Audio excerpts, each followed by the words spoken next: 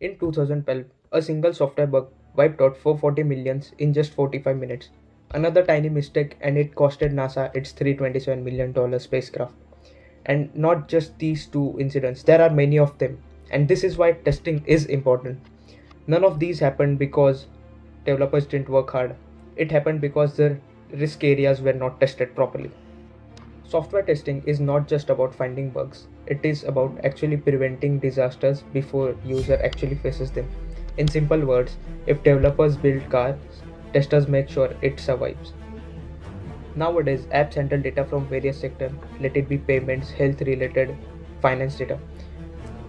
If there is any bug, it won't just lead to crashing of the app, it can lead to data loss, monetary loss, or even put lives into danger. In simple words, the job of a tester is to think of everything that could possibly go wrong before it actually does.